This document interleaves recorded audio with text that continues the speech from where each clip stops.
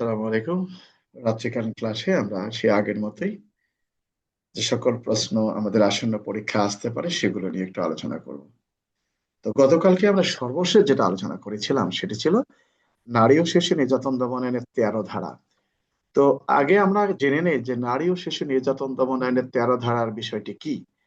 নারী ও শিশু নির্যাতন দমন আইনের 13 ধারার বিষয়টি হলো ধর্ষণের ফলশ্রুতিতে যে শিশুটি জন্ম হবে এই শিশুটি কার পরিচয়ে সমাজে বড় হবে, কার কাছে থাকবে এবং এই শিশুটি কতদিন পর্যন্ত ভরণ পোষণ পাবে, দুঃখিত, কতদিন পর্যন্ত তাকে সরকার তার খরচ বহন করবেন এবং এই শিশুটির ব্যয়ভার কে বহন করবেন।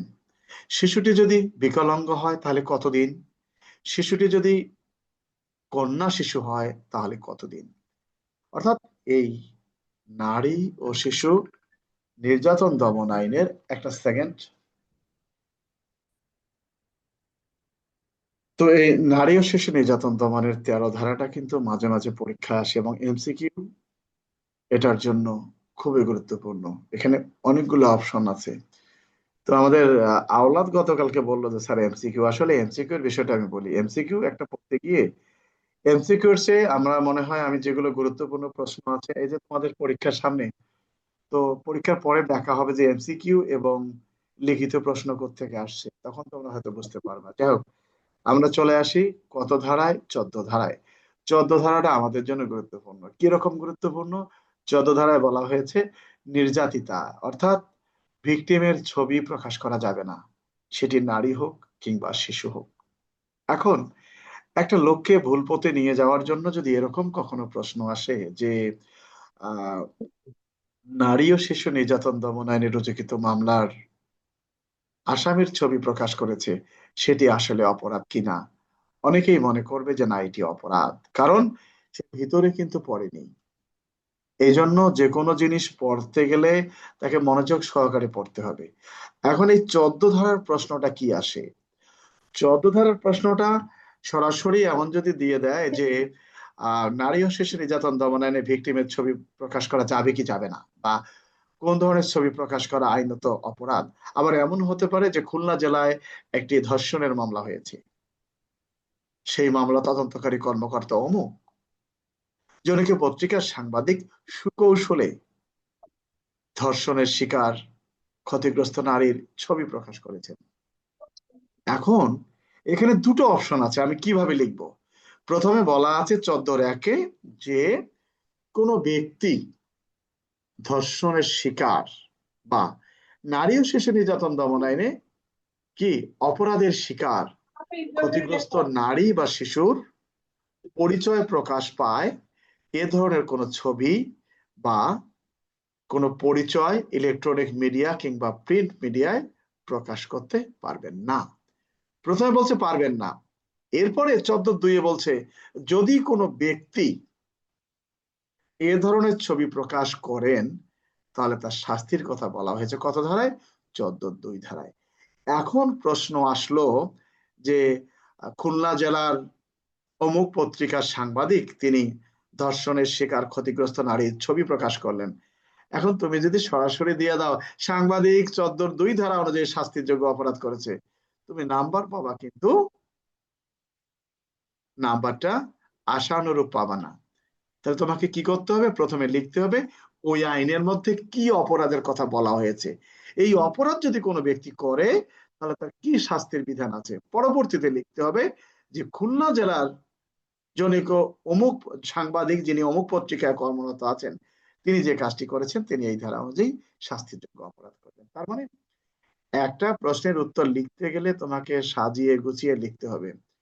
মেয়ে দেখতে গেলে ওই মেয়েকে যদি লিপস্টিক নাকে নাল পালিশ হাল পালিশ না দেয় কেউই পছন্দ করে না, এটা মনে রাখবা। তো এই জন্য সঠিকটা দিতে হবে, তাই বলে ওই হিজড়ারে লিপস্টিক লাগায় প্রকাশ মানে সুন্দর করে সাজায় নিয়ে গেলে কিন্তু আবার হইব না। কথাটা কি, তোমার এই পরীক্ষার যে প্রশ্ন আসে এই প্রশ্নটা তোমাকে সুন্দর করে লিখতে হবে। সাজিয়ে গুজিয়ে না লিখলে কখনোই নাম্বার পাওয়া যাবে না। আমার কথা কি বুঝতে পারছো?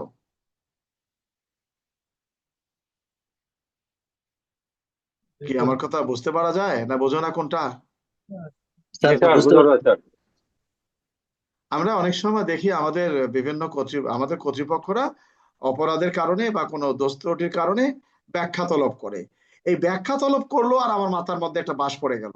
কারণ এই ব্যাখ্যা তলবের উত্তর আমরা অনেকে লিখতে পারি না। আমরা মনে করি অমুকের দ্বারা লিখে নিলে মনে হয় কিছু পাওয়া যাবে, মনে হয় আমি মাপ পেয়ে যাব। এখন কর্তৃপক্ষ তোমাকে সিদ্ধান্ত নিয়েছে, কিন্তু পানিশমেন্ট একটা দিবেই। তুমি যতই লেখো, যতই কিছু করো, কোনো উপায় নেই।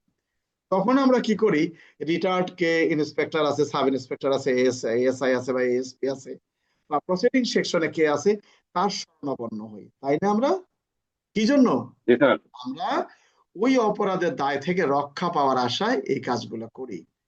তো বিষয়টা হলো কি জন্য আমি কথাটা বলছি, যে পরীক্ষার খাতায় লিখতে গেলে সুন্দর করে সাজিয়ে গুছিয়ে লিখতে হবে। অর্থাৎ যিনি পড়বেন তিনি যেন স্বাচ্ছন্দ্যে, তিনি যেন সহজেই তোমার ভাষাটা বুঝতে পারে, এবং তিনি যেন মনে করে যে না, তুমি আসলেই পদোন্নতি পাওয়ার যোগ্য, তোমাকে সেভাবেই নাম্বার দিবে।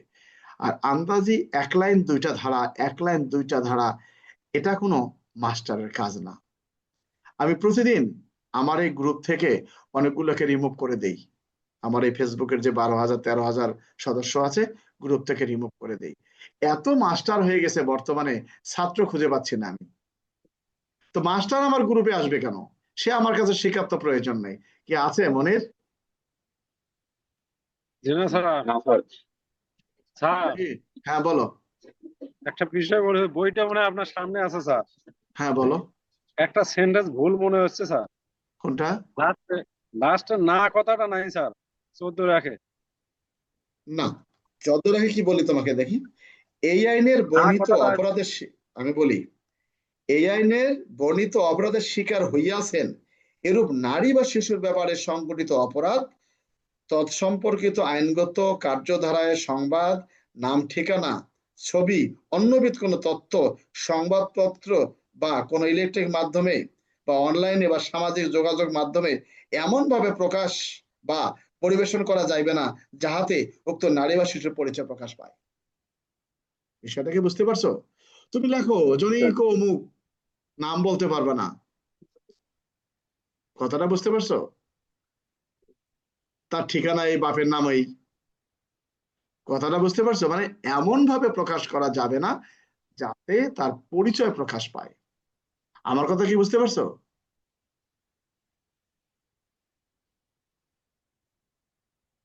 এই জিনিসটাকে বোঝো। বুঝতে পারছি স্যার, ওটা না বোধক কথাটা এখানে না। হ্যাঁ, না বোধক না, ভাষাটা শোনো আগে ভালো করে বোঝো। হ্যাঁ, এমন ভাষাটা একটু ভাবে প্রকাশ বা পরিবেশন করা যাইবে পরিবেশন করা যায় যাহাতে উক্ত নারী বা শিশুর পরিচয় প্রকাশ পায়। সামাজিক যোগাযোগ এমন ভাবে প্রকাশ বা জি স্যার, এখানে দাঁড়াও না এখন এখানে। ক্লিয়ার হচ্ছে স্যার। হ্যাঁ এখানে ঠিকই আছে স্যার। স্যার নতুন বইতে লেখা আছে প্রকাশ না পায়। হ্যাঁ, স্যার ওটা আগে না প্রকাশ করা দিয়েছিল যাবে, স্যার, কিন্তু এখন এমন ভাবে প্রকাশ না করতে কথাটা মানা নাই। করতে যাতে যাতে তার তার পরিচয় প্রকাশ যাইবে পায় না এটা করা আবার। যাবে না। কথাটা ঘটনাটা বুঝতে প্রকাশ পারছো? করা যাবে, কিন্তু পরিচয়টা যাতে প্রকাশ না পায়। হ্যাঁ, তুমি কারণ অন্য কিছু অনেক প্রকাশ সময় দেখি করবে না না কেন? যে কিভাবে কে কি করলো, কোন গৃহবধূ জায়গায় নিয়ে ধর্ষণ গেল, কিভাবে তার কি হচ্ছে হলো, এইগুলো। সব তো করা যাবে, কিন্তু তার ছবি বা এই সেই নারী, এগুলো করা যাবে না। অমুকের কন্যা অমুক, বিষয়টা কি বুঝতে পারছো? যাও, আমরা চলে আসি 17 ধারায়। আপনি একজন সাব ইন্সপেক্টর, নারী ও শিশু নির্যাতন দমন আইনে প্রযোজিত মামলা তদন্ত করছেন। আপনি মামলার তদন্তকালে দেখতে পেলেন মামলার ঘটনাটি সত্য নহে। দেখো, এখানে 211 ধারা আসার কোনো সুযোগ নাই, কিন্তু আমাদের মাস্টাররা, আমাদের ছাত্ররা এখানে 211 ধারা দিয়ে দিছে। যত রকমের আমরা চূড়ান্ত রিপোর্ট দেই না কেন, চূড়ান্ত রিপোর্টের ফর্মটার বিষয়ে বলা হয়েছে 173, 173 ধারা, চূড়ান্ত রিপোর্টের ফর্ম বা চার্জশিটের ফর্ম, বা চার্জশিটে কি কি বিষয় আপনি লিপিবদ্ধ করবেন। কিন্তু আপনি নারী ও শিশু নির্যাতন দমন আইনে যখন দিবেন, ওটা আপনার ঠিকই থাকবে, চূড়ান্ত রিপোর্ট মিথ্যা কিন্তু ধারাটা চলে আসবে কোনটা? পেনাল কোডের 211-র পরিবর্তে নারী ও শিশু নির্যাতন দমন আইনের 17 ধারা। আপনি কেমন মাস্টার হলেন, কেমন ছাত্র হলেন, আপনি এখানে আবার ওই পেনাল কোডের এই ধারা, অমুক ধারা, তমুক ধারা, এটা কিন্তু চায় নাই। চেয়েছে? পিআরবিও যায় 279। হ্যাঁ। এখানে আদালতে নারী ও শিশু নির্যাতন দমন আইনে রুজুকৃত মামলার বিচার চলছে। আদালত বিচারের সময় দেখলেন যে না, মামলার যিনি বাদী, এই মামলার আসামির ক্ষতি করার উদ্দেশ্যে বা আসামির সামাজিক মর্যাদা ক্ষুণ্ণ করিবার উদ্দেশ্যে বা তার আর্থিক ক্ষতি করিবার উদ্দেশ্যে এই মামলাটি দায়ের করেছে। তাহলে তখন কি করবেন তিনি? সংশ্লিষ্ট বাদীর বিরুদ্ধে কি করবেন? 17 ধারা অনুযায়ী আদালতে কি করবেন? সরাসরি দাখিল করবেন না, আগে চূড়ান্ত রিপোর্ট মিথ্যা দাখিল করে নারী ও শিশু নির্যাতন দমন আইনের 17 ধারা অনুযায়ী বাদীর বিরুদ্ধে ব্যবস্থা নেওয়ার জন্য আদালতে আবেদন করবেন। আদালত, ট্রাইব্যুনাল তার এই চূড়ান্ত রিপোর্ট মিথ্যা দাখিল করে অনুমতি দিলে তারপর তিনি এই 17 ধারা অনুযায়ী আদালতে প্রতিবেদন দাখিল করতে পারবেন। এছাড়া তার কিন্তু ক্ষমতা নাই। তাই বলে 17 ধারায় কিন্তু থানায় নিয়মিত মামলা রুজুও হবে না, এটা কি জানো? জি স্যার। মামলা কিন্তু 17 ধারা হবে না, প্রসিকিউশনের দিক আর যেটাই দিক। আচ্ছা, তো এই 17 ধারার যে বিষয়টা বলা আছে, এখানে মিথ্যা মামলার কিন্তু শাস্তিটা 7 বছর করা হয়েছে, জানো কি তোমরা? আগে শাস্তিটা কম ছিল। এখানে যদি এরকম হয়, ক নামক ব্যক্তির প্ররোচনায় গ নামক ব্যক্তির বিরুদ্ধে নারী ও শিশু নির্যাতন দমন আইনের অপরাধে একটি মামলা রুজু করেন। মামলার তদন্তকারী কর্মকর্তা মামলা তদন্তকালে দেখলেন মামলার ঘটনাটি সত্য নয়, তো যিনি করেছেন বা করাই আছেন সবারই শাস্তির কথা কিন্তু এখানে বলা হয়েছে এই 17 ধারায়। এখানে কিন্তু তাই বলে প্ররোচনাকারী হিসেবে 30 ধারা আসার কোনো সুযোগ নাই। আমার কথা কি বুঝতে পারছো না বোঝো নাই? জি স্যার।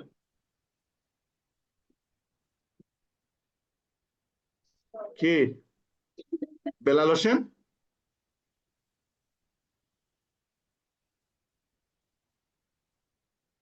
বেলাল হোসেন কোন দিকে তাকাচ্ছে? হান্নান, স্যার এটা ঠিক আছে, স্যার, এখানে লেখা আছে এই প্ররোচনা দায়ের ছিল, করে করা। সহায়তা করুন। এক্ষেত্রে স্যার 30 দ্বারা দিলে কি ভুল হবে? 30 ধারাতে দেওয়ার সুযোগ নাই। এখানে এখানে স্পষ্ট করে বলা হয়েছে অভিযোগ দায়ের করেন বা করান। আমি করেছি বা আর একজনকে দিয়ে করিয়েছি, কথাটা কি বুঝতে পারছো? যিনি করিয়েছেন বা যিনি করান তার শাস্তির কথা এখানে বলা হয়েছে। আমার কথা বুঝতে পারছো? জি স্যার, বুঝছি, এখানে লেখা আছে স্যার। এখানে প্ররোচনার ধারাটা আসবে না, স্পষ্ট করে বলে দেয়া আছে। তার মানে যিনি এজাহার দায়ের করেছেন বা যিনি এজাহার দায়ের করার জন্য তাকে পাঠিয়েছেন, কথাটা কি বুঝতে পারছো? কি কারো কোনো মন্তব্য আছে? না স্যার, মন্তব্য নেই।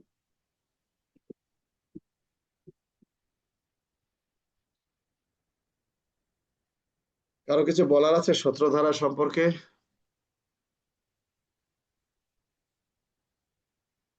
আমরা ভুলেও এখানে 211 লিখবো না, মনে রাখবা। এই জন্য বলি মাঝে মাঝে শোনো, অভিজ্ঞতা অর্জনের কিছু স্থান আছে, থানা, কোর্ট, এই নারী শিশু নির্যাতন দমনে হোক আর প্যানেল কোর্টে হোক, যখন চূড়ান্তের উপর মিথ্যা দাখিল করে সেখানে কিন্তু লেখে ধারা এটা জানো তো? নিচে লেখে কি জানো? চূড়ান্ত রিপোর্ট মিথ্যা ধারা এত দাখিল করিবার নিমিত্তে আদালতে চূড়ান্ত রিপোর্ট দাখিল করলাম, মিথ্যা দাখিল করলাম, এটা জানো কি? জি স্যার। এগুলো উল্লেখ করা থাকে, এগুলো তোমরা পড়ে পড়ে দেখবা। যাক, এই 17 ধারা নিয়ে কারো কোনো সংশয় আছে? আর এই 17 দ্বারা ওই এবার সংশোধনে একটা নতুন করে একটা আনছে, এটা একটু বুঝে দিবেন স্যার। কোন কথাটা আসছে এখানে? 17-3 স্যার। হ্যাঁ, এখানে বলা আছে ওই বাদীকে নোটিশ করতে পারবে, বুঝতে পারছো? এখানে বলা আছে যে এ ধারায় যাই কিছু থাকুক না কেন, এই আইনের অধীন অপরাধের বিচার সম্পন্ন হওয়ার পর রায় প্রদানকালে যদি ট্রাইব্যুনাল নিকট সন্তোষজনকভাবে প্রমাণিত হয় যে কোনো অভিযুক্ত ব্যক্তির বিরুদ্ধে আনীত অভিযোগ মিথ্যা এবং হয়রানিমূলক, তাহলে উক্ত ট্রাইব্যুনাল মামলা বা অভিযোগ দায়েরকারী ব্যক্তিকে কারণ দর্শানোর সুযোগ প্রদান করবেন। আমার কথা কি বুঝতে পারছো? এটা আদালত, মানে কেন আদালত সরাসরি, অর্থাৎ আদালত রায় দেওয়ার সময়, কিন্তু এখানে হলো তদন্তকারী কর্মকর্তার কথা। আমার কথা কি বুঝতে পারছো না বোঝো নাই? আমাদের স্যার 1 আর 2 হইলে হবে আর কি, আর 3টা হলো আদালতের বিষয়। আদালতের এখানে যদি প্রশ্ন আসে যে নারী ও শিশু নির্যাতন দমন আইনে ধর্ষণজনিত অপরাধের একটা মামলা আদালতে বিচার চলছে, আদালত মামলার নিষ্পত্তিকালে দেখতে পারেন যে মামলার ঘটনাটি সত্য নয়, এটাও তো আসতে পারে। আদালতের কথা, এখানে দুটো অপশন আছে, একটা পুলিশের একটা আদালতের। বিষয়টা বুঝতে পারছো? আদালতের অনধিক 2 বছর সশ্রম কারাদণ্ড। আচ্ছা যাক, সেটা দেখ। আমরা চলে আসি তদন্তের বিষয়ে আমরা চলে আসি। আমরা এখানে অনেকগুলো বিষয় আছে, ভালো করে আগে বোঝো। এই নারী ও শিশু নির্যাতন দমনের দুটো বিষয় বলা আছে। 18(6) ভালো করে মনে রাখো। 18(6) কি? যথাসময়ে তদন্ত সমাপ্ত করিতে ব্যর্থ হইলে, মনে রাখবা, তাহলে হবে 18(6). আর 18(8) হলো আদালতে অভিযোগপত্র দাখিল করা হয়েছে, আদালত মামলার বিচারকালে দেখলেন যে তদন্তকারী কর্মকর্তা একজন সাক্ষী বা আসামিকে যথাযথভাবে যাচাই না করে তিনি পুলিশ রিপোর্ট দাখিল করেছেন, সেক্ষেত্রে, অর্থাৎ তদন্তে ভুল, আর একটা হলো তদন্তে গাফিলতি। আমার কথা ক্লিয়ার? জি স্যার। ছয় হলো এখানে তো ঊর্ধ্বতন গাফিলতি। কর্মকর্তার কথাও বলছে স্যার। আরে ঊর্ধ্বতন কর্মকর্তার কথা কোথায় আবার বলছো? ঊর্ধ্বতন কর্মকর্তার শাস্তির কথা তো বলে নাই। 6 যেটা বলা আছে তোমাকে বলি, এখানে ট্রাইব্যুনাল তার অদক্ষতা হিসেবে তার ঊর্ধ্বতন কর্তৃপক্ষ বরাবরে ব্যবস্থা গ্রহণের জন্য পাঠাবেন। স্যার হাটের কথা বলছিলাম। 8 কি বলছে? 8-এও তার ঊর্ধ্বতন কর্তৃপক্ষের নিকট পাঠাবেন, কার বিরুদ্ধে? আয়ুর বিরুদ্ধে ব্যবস্থা নেওয়ার জন্য। কিন্তু ঊর্ধ্বতন কর্তৃপক্ষের শাস্তির কথা এখানে বলে নাই। কথাটা কি বুঝতে পারছো? জি স্যার। বলছে যে যে কর্মকর্তা আদালতে প্রতিবেদন দাখিল করেছে তার ঊর্ধ্বতন কর্তৃপক্ষ বরাবরে ওই অভিযুক্ত ব্যক্তির বিরুদ্ধে ব্যবস্থা নেওয়ার জন্য পত্র পাঠাবেন। আমার কথা কি বুঝতে পারছো না বোঝো নাই? জি স্যার। বুঝছি স্যার। আগরে বুঝাইতে গেল আরেক ভেজাল। ট্রায়ালের ক্যামেরা বলতে কি তো বুঝছো? মনে হয় হাতে না ধরা খেলে আগে 60 কাজ, কেসে আলমগীর কিছু বলছো? আর আগে ছিল হাতে নাতে দিত, ও, আর হাতে নাতে দিত না হলে 60 কার্য দিবস। এখন তো এগুলো এটারে ওই কার্য তদন্তের দিবস বিষয়টা তোমার পরিবর্তন করে। নিজেরা পড়ে নিবা, তদন্তের সময়সীমাটা, কারণ এটা এমসিকিউর জন্য আসে অনেক সময়, আবার এটাতেও আসে। আহ একটা প্রশ্ন আসছিল পরীক্ষায় তোমাদেরকে, যেটা আমি বলি সেটা হলো যে ট্রায়াল ইন ক্যামেরা বলতে কি বোঝায়?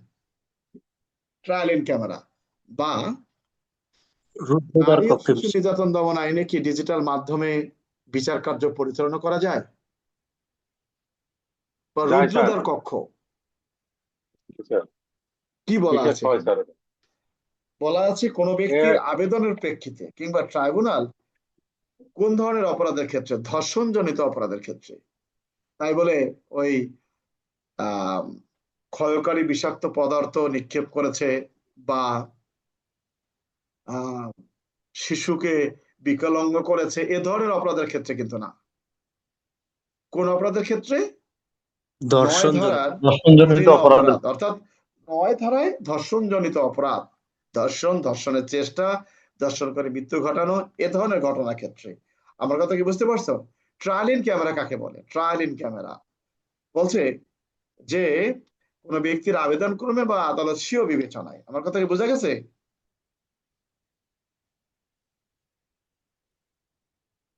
কি বক্তব্য? তাড়াতাড়ি উত্তর দাও, সময় তো শেষ হয়ে গেল তোমাদের। জি স্যার, জি স্যার। আচ্ছা, আরো কথা বলি, আমাদের এখানে যে ভুলটা হয়, সেখানে একটা বিষয় তোমাদেরকে বলি। এই 20-9 যে কথাটি বলেছে, এই আইনে যাহাই কিছু থাকুক না কেন, কেবল ধর্ষণের মামলার ক্ষেত্রে ট্রাইব্যুনাল উপযুক্ত মনে করলে মেডিকেল সার্টিফিকেট এবং পারিপার্শ্বিক সাক্ষ্যের উপর ভিত্তি করে বিচার কার্য সম্পন্ন করতে পারেন। অর্থাৎ মেয়েটাকে ধর্ষণ করেছে, কেউ দেখে নাই, তাহলে কি এটার বিচার হবে না? বলছে না, বিচার করা যাবে। পারিপার্শ্বিক সাক্ষ্য এবং মেডিকেল রিপোর্টের ভিত্তিতে এর বিচার কার্য পরিচালনা করা যাবে। যাই হোক, একটা কথা বলে নেই, আমাদের যে বিষয়টা সাধারণত আসে আসামির অনুপস্থিতিতে বিচার পদ্ধতি আলোচনা করুন। কোনো আইন উল্লেখ করা হয়নি। আসামির অবর্তমানে বিচার, অনেক কাহিনী হতে পারে যে ক নামক ব্যক্তি একটা হত্যা মামলার আসামি, পুলিশ অনেক চেষ্টা করেও তাকে গ্রেপ্তার করতে পারেনি, কিন্তু মামলার তদন্তকারী কর্মকর্তা মামলা তদন্ত করে সেই ব্যক্তির বিরুদ্ধে অভিযোগপত্র দাখিল করেছেন। আদালত এ ধরনের পলাতক আসামির বিরুদ্ধে বিচার কার্য আরম্ভ করিবার নিমিত্তে কি ব্যবস্থা গ্রহণ করতে পারেন? ওই একই 339-এর খ। তার আগে যতই গান গাক না কেন, আসামির কথাটা হচ্ছে আসামির অবর্তমানে, মানে আসামিটা আদালতে হাজির নাই। কারণ আইনে বলা হয়েছে আসামির উপস্থিতিতে বিচার কার্য পরিচালনা করতে হবে। কিন্তু যদি আসামি উপস্থিত না থাকে তাহলে কি করবেন? সে লক্ষ্যেই এই সেই আসামি কিনা যার নামে পুলিশ অভিযোগপত্র দাখিল করেছে, এই সেই ব্যক্তি কিনা, এই ব্যক্তিরা যেন পরবর্তীতে এসে কোনো সুবিধা না নেয়, সে লক্ষ্যে আদালত এই ব্যবস্থাগুলো গ্রহণ করে থাকে। কিন্তু নারী ও শিশু নির্যাতন দমন আইনের 21 ধারায় বলা হয়েছে এ ধরনের ঘটনা এটা শুধুমাত্র নারী ও শিশু নির্যাতন দমন আইনের অপরাধের সাথে প্রযোজ্য। আমরা কিন্তু এখানেও ওই সিআরপিসি 339-এর খ লেগাই দিই, মানে আমরা দিয়ে থাকি। এটাকে ঠিক কি? না স্যার। ঠিক না। যাই হোক, এটা আমাদের গুরুত্বপূর্ণ না। আমাদের প্রশ্ন হলো, হ্যাঁ, এই যে নারী শিশু নির্যাতন দমন আইন যে 21-এ, এখানে আসামির অনুপস্থিতিতে বিচার, এখানে সিআরপিসি তে যে 339-এর খ, সেটা হলো যে সিআরপিসি তে বিচার, কিন্তু এই নারী শিশুর 21-এর বিচারের ক্ষেত্রে কি সেটা যে সেম ইয়ে হবে? পত্রিকায় ওই যে একটা পত্রিকা বা এখানে বলাই 30 দিন। আছে, না না না, নারী শিশুর ক্ষেত্রে আলাদা, নারী শিশুতে পরিবর্তন হয় নাই। হয়েছে স্যার, হয়েছে। না, ওই এখানে 20 কথা দিনের বলতে মধ্যে এখানে বলা স্যার আছে, এখানে 20 20 দিন দিন হয়েছে, করছে, 30 দিন। আগে জি 30 স্যার, দিনের 20 দিন জায়গায় 20 দিন করছে। এটা একটা আর জাতীয় দুইটা পত্রিকার কথা পত্রিকার বলছে, জায়গায় একটা করছে। বুঝতে পারছো? 30 দিনের জায়গায় 20 দিন, এমসিকিউ সাবধান। দুইটা পত্রিকার জায়গায় একটা জাতীয় পত্রিকার কথা বলা আছে, বিষয়টা বুঝতে পারছো? কোনো নেই কতদিন স্যার। আচ্ছা, আমরা ওটাতে না আসি। 22 ধারা,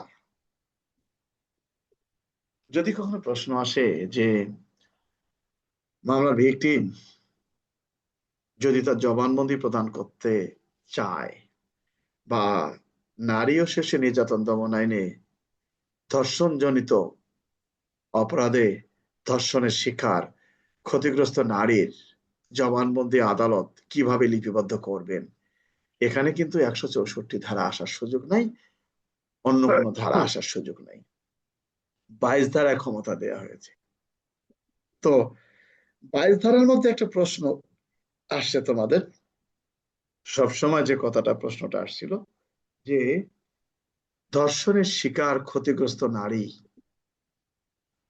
জবানবন্দি প্রদানের পরও তদন্তকারী কর্মকর্তা কি মামলা চূড়ান্ত রিপোর্ট দিতে পারেন? কি বলছে? চূড়ান্ত রিপোর্ট দিতে পারেন কিনা?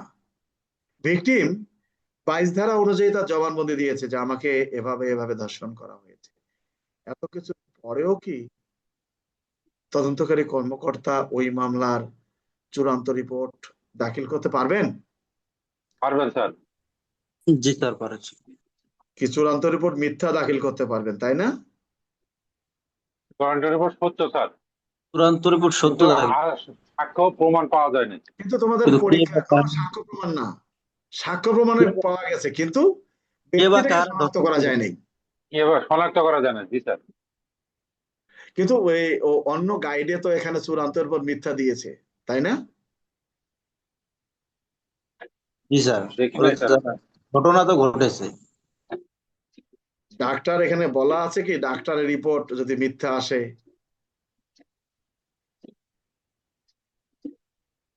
না একটা স্যার, কথা মনে রাখতে হবে, এগুলো মেধা যাচাইয়ের প্রশ্ন। তার মানে চূড়ান্ত রিপোর্ট সত্য দাখিল করা যাবে।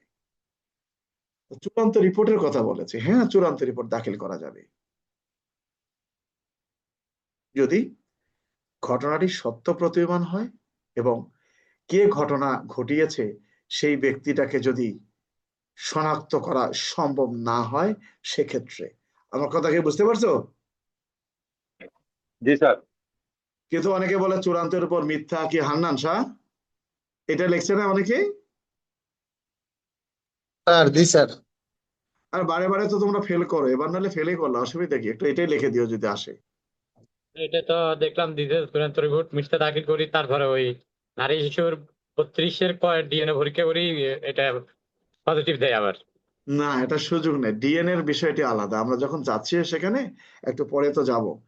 মানে মূলত বক্তব্যটা হলো তদন্তকারী কর্মকর্তা তিনি তদন্ত করতেছেন। তা ভিকটিমকে তো পাঠিয়েছেন জবানবন্দি লিপিবদ্ধ করার জন্য ম্যাজিস্ট্রেটের কাছে। ম্যাজিস্ট্রেট তো জবানবন্দি লিপিবদ্ধ করেছেন। এখন ম্যাজিস্ট্রেট জবানবন্দি লিপিবদ্ধ করেছেন, এখানে কি প্রশ্নে বলা আছে যে মিথ্যা প্রমাণিত হয়েছে বা মেডিকেল টেস্টে মিথ্যা প্রমাণিত হয়েছে? হ্যাঁ, বলছে জবানবন্দি লিপিবদ্ধ করার পরেও কি চূড়ান্ত রিপোর্ট দেওয়া যাবে না কেন? ও ধর্ষিত হলো, জবানবন্দি দিল, আবার তার বিরুদ্ধে ধর্ষণের ক্ষেত্রে কি লেখে? সে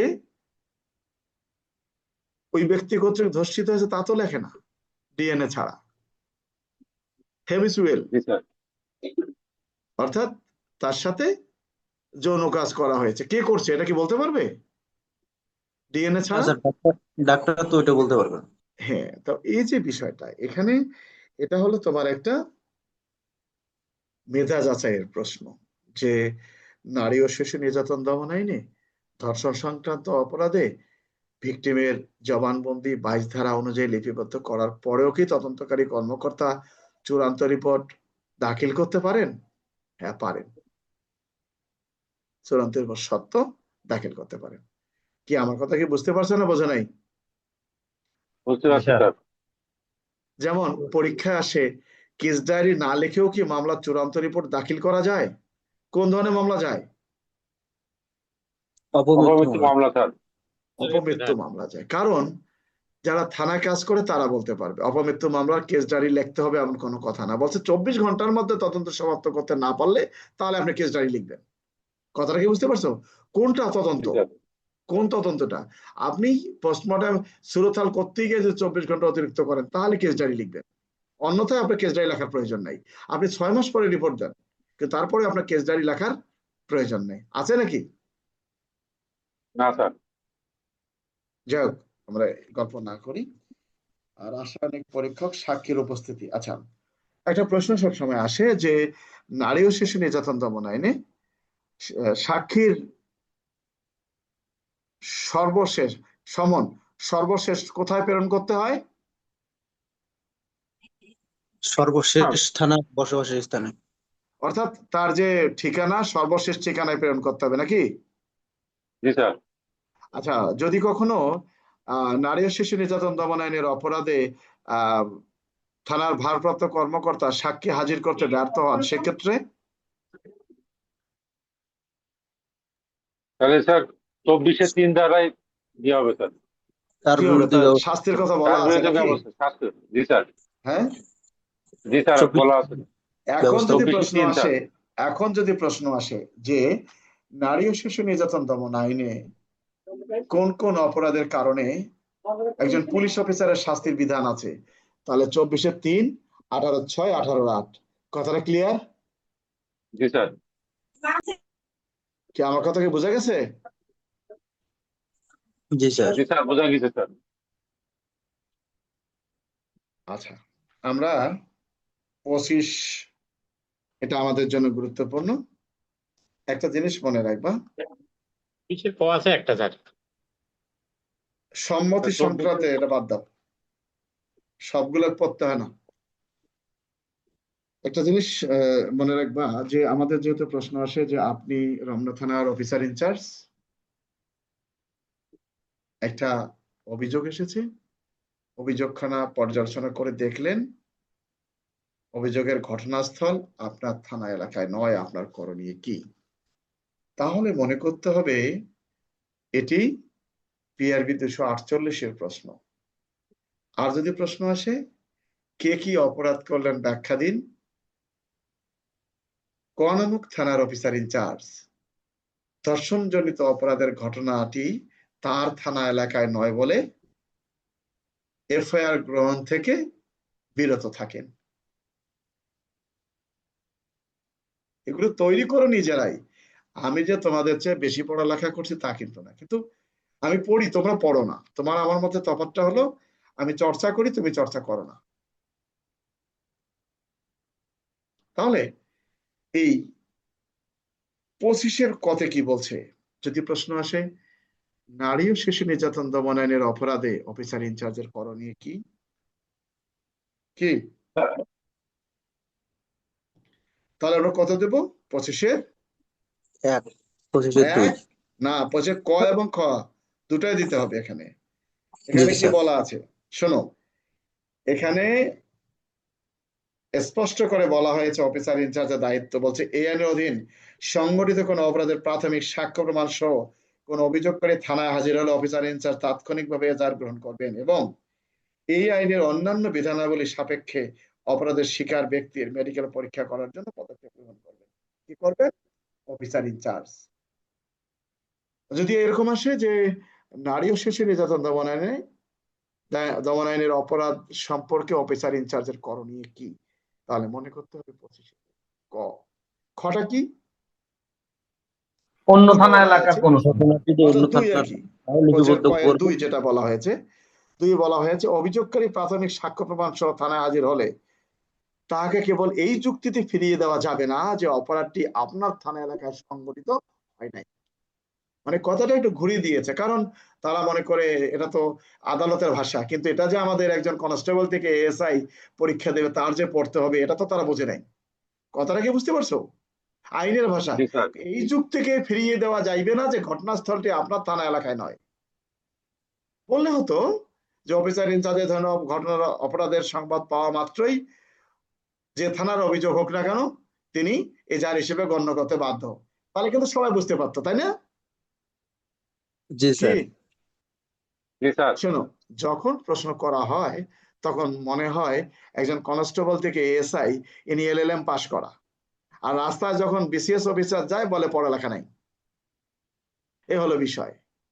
বিভাগীয় পদোন্নতি পরীক্ষায় যখন প্রশ্ন আসে, প্রশ্ন দেখে মনে হয় যে এই এসএসসি পাস কনস্টেবল সে মনে হয় জুডিশিয়াল কোনো পরীক্ষা দিচ্ছেন। রাইট স্যার, বিগত প্রশ্নগুলো এরকমই করছে স্যার। কিন্তু কিন্তু রাস্তায় যখন ওই বিসিএস পাস করা একজন পুলিশ অফিসার ডিউটিতে যায় তখন আবার জনসাধারণ মনে করেন যে এরা পড়াশোনা জানে না, আর পুলিশ যাবে কোথায়?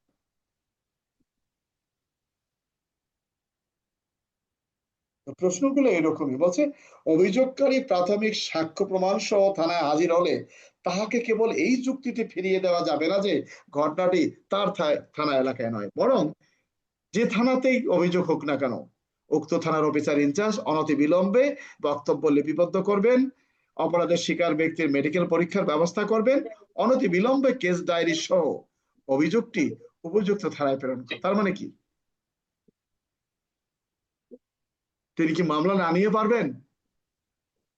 না স্যার।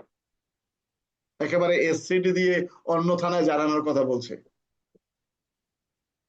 তো স্যার এখানে তো এই মামলা নিয়ে এফআইআর ফাটাইতে পারতো, কিন্তু আবার কেস ডায়েরি ফাটাইতে বললো কেন স্যার? তুমি তুমি কেস না পাঠালে হবে?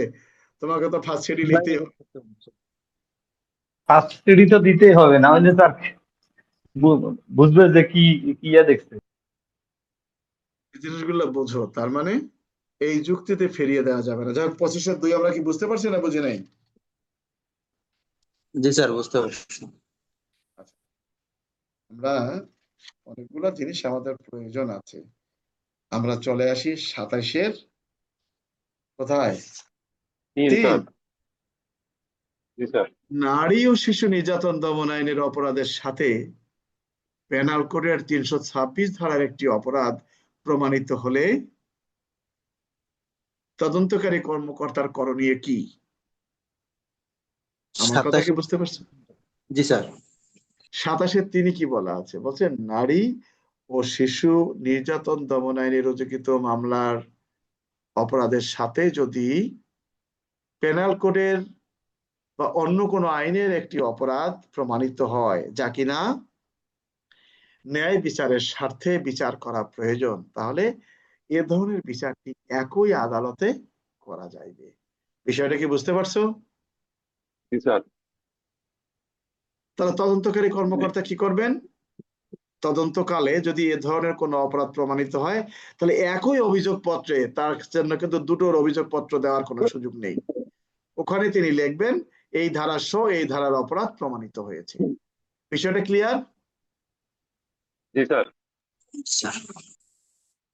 তার মানে বিচার করা যাবে। এখন প্রশ্ন হলো, আইন শৃঙ্খলা বিঘ্নকারী অপরাধ দ্রুত বিচার আইনে যদি হয় তাহলে কি হবে? 9 ধারা আছে হবে না? না স্যার। তাহলে আলাদা আলাদা হবে হবে না। যে যে আলাদা। অপরাধ আমলে। আচ্ছা, কারণটা কি বলতো? কারণটা কি? ওইটার বিচারে স্যার শাস্তি হবে 7 বছর স্যার। আরে ঘটনা বোঝো নাই। ওইখানকার বিচারকের শাস্তি দেওয়ার ক্ষমতা আছে সর্বোচ্চ 7 বছর। তো ওখানে একটা পিস্তল পাওয়া গেছে, তা পিস্তলের তো যাবজ্জীবন। তা পিস্তলের অপরাধের শাস্তি কি দিতে পারবে সে? আর এখানে না স্যার। এই ব্যক্তি তো মৃত্যুদণ্ড দিতে পারবে নারী শিশু আদালত, তা তার যাবজ্জীবনের সমস্যা কোথায়? বুঝতে পারছো? মানে জি স্যার। এই বিচারটা করার মতো ক্ষমতাবান।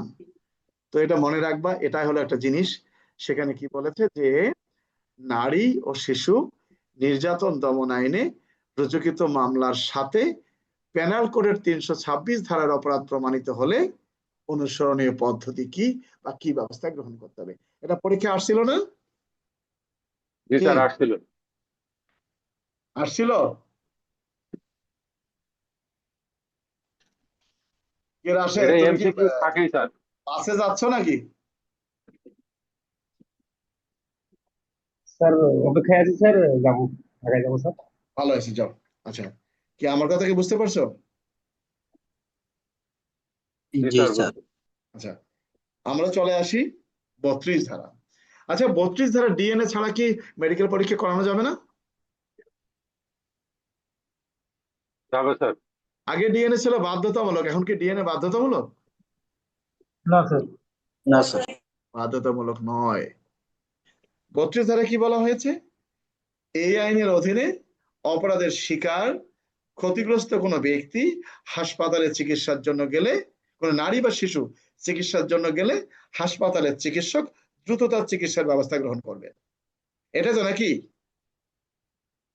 জি স্যার। নাকি? আচ্ছা, চিকিৎসক যদি তার চিকিৎসা অবহেলা করে তাকে শাস্তির কথা আছে? আচ্ছা স্যার। 32-3। 32-3 স্যার। ধর্ষণজনিত অপরাধে ডিএনএ কি বাধ্যতামূলক? আগে কিন্তু বাধ্যতামূলক ছিল। যারা বই কেনো নাই তারা কিন্তু বিপদে আছো। যারা এই বই 25 সালে কিনে নাই তারা তো লিখে দেবে ডিএনএ বাধ্যতামূলক, তাই না?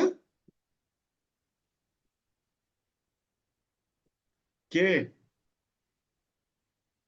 নাজমুল? স্যার এখানে আবশ্যক নাই স্যার। আবশ্যক না, এখানে বলছে তদন্তকারী কর্মকর্তার উপর নির্ভর করবে। কিন্তু কি কারণে তদন্তকারী কর্মকর্তা ডিএনএ করা থেকে বিরত থেকেছেন সেটা তিনি ব্যাখ্যা দিবেন। এটা কি বুঝতে পারছো? অর্থে বলছে স্যার। বলা হয়েছে এই আইনের অধীন সংগঠিত অপরাধে অভিযুক্ত ব্যক্তি বা অপরাধের শিকার ব্যক্তির 32 ধারায় যে মেডিকেল পরীক্ষা আছে এটা ছাড়াও এখানে সম্মতি থাকুক বা না থাকুক, তদন্তকারী কর্মকর্তা মামলার ঘটনা পারিপার্শ্বিক অবস্থা বিবেচনা মনে করিলে ডিএনএ পরীক্ষা করার ব্যবস্থা গ্রহণ করতে পারবেন এবং উক্ত আইনের অধীন প্রণীত বিধিমালার বিধান অনুযায়ী ডিএনএ পরীক্ষা করিতে হবে।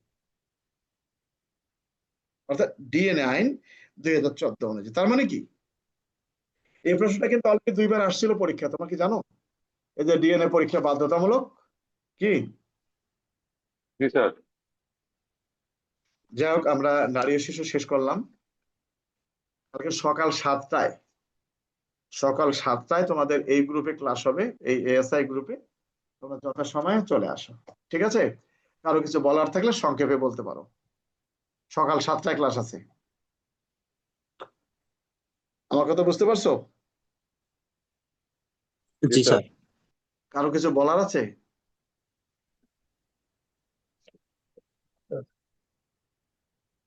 কি কিছু বলার আছে কারো? নারী শিশু আপাতত আমরা শেষ করলাম। যেগুলো প্রশ্ন পড়লাম, এমন কোনো পরীক্ষা নাই যে নারী শিশুর মধ্যে 2-3টা প্রশ্ন না আসে। কি আসে কি সবসময় মনের? আসে স্যার। আর একটা হলেও তো থাকবে স্যার, সাক্ষ্য মতো। আর তোমার যে বিষয়টা হলো যে এমসিকিউ, এটা তো থাকে তাই না? এমসিকিউ থাকেই স্যার। স্যার আচ্ছা, তাহলে একটু কষ্ট করে পড়বা, পরীক্ষা যেহেতু সামনে। কারো কিছু জানার আছে তাহলে বলতে পারো।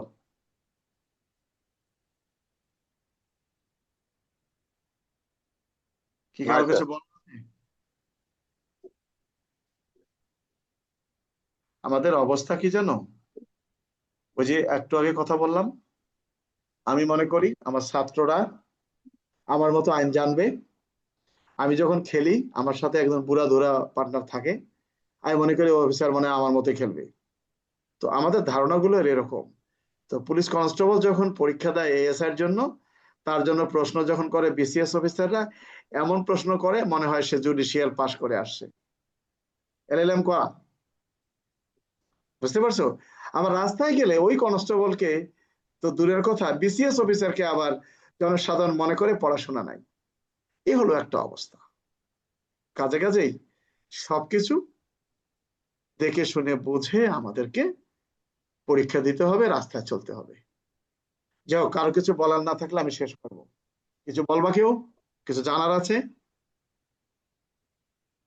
আর ওই মৃত্যুকালীন জবানবন্দি দেওয়ার পর যদি প্রাণে বেঁচে যায় তাহলে এটা কোন ধারা? 157 ধারা অনুযায়ী প্রাসঙ্গিক। 57। ওটা কিভাবে লিখবো স্যার, একটু বলবেন স্যার? আমরা লিখবো সাক্ষ্য আইনের 157 ধারায় উল্লেখ করা আছে, যে ব্যক্তি মৃত্যুকালীন জবানবন্দি প্রদান করেছেন, এই জবানবন্দি দাতা যদি জবানবন্দি প্রদানের পর দৈবাৎক্রমে বেঁচে যান, তাহলে এই মৃত্যুকালীন জবানবন্দিটা আর মৃত্যুকালীন জবানবন্দি হিসেবে আদালতে গ্রহণযোগ্য হবে না। তবে সাক্ষ্য আইনের 157 ধারা অনুযায়ী সাধারণ সাক্ষ্য বা সমর্থনমূলক সাক্ষ্য হিসেবে গ্রহণযোগ্যতা পাবে। বিষয়টা বুঝতে পারছো? জি স্যার, বুঝে গেছে। কি আনান কিছু বলার আছে? এখানে ভিতরে স্যার ওই সিআরপিসির 161 লেখে, তারপরে কথা এগুলো 161 কিসের আবার? ওগুলো এগুলো তার জানেন লেখা। না। ওটা কে কি লিখলো আমাদের দেখার দরকার নেই, আমরা 157 লিখবো।